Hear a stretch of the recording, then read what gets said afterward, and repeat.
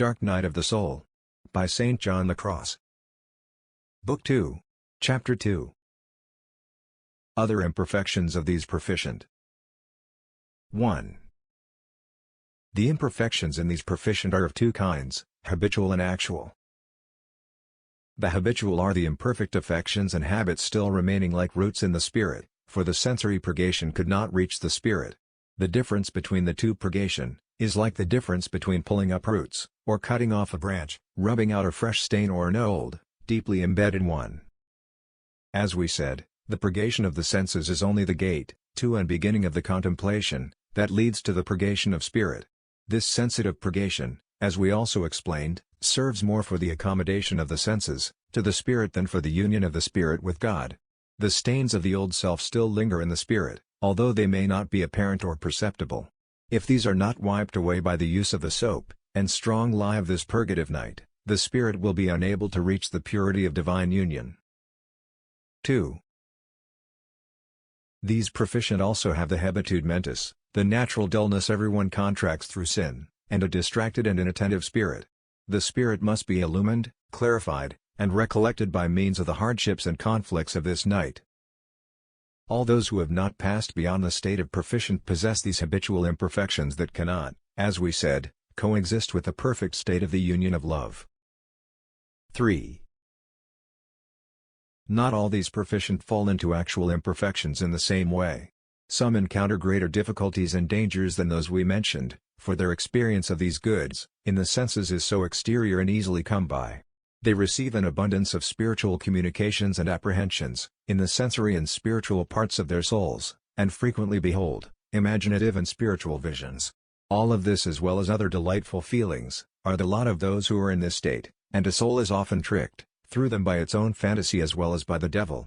The devil finds it pleasing to suggest to souls and impress on them, apprehensions and feelings. As a result of all this, these proficient are easily charmed and beguiled, if they are not careful to renounce such apprehensions and feelings, and energetically defend themselves through faith. This is the stage in which the devil induces many into believing vain visions and false prophecies. He strives to make them presume that God and the saints speak with them, and frequently they believe their fantasy. It is here that the devil customarily fills them with presumption and pride.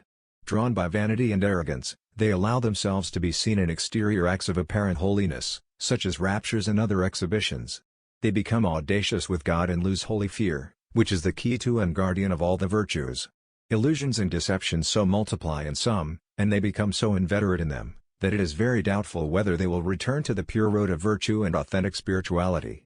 They fall into these miseries, by being too secure in their surrender to these apprehensions and spiritual feelings, and do this just when they were beginning to make progress along the way.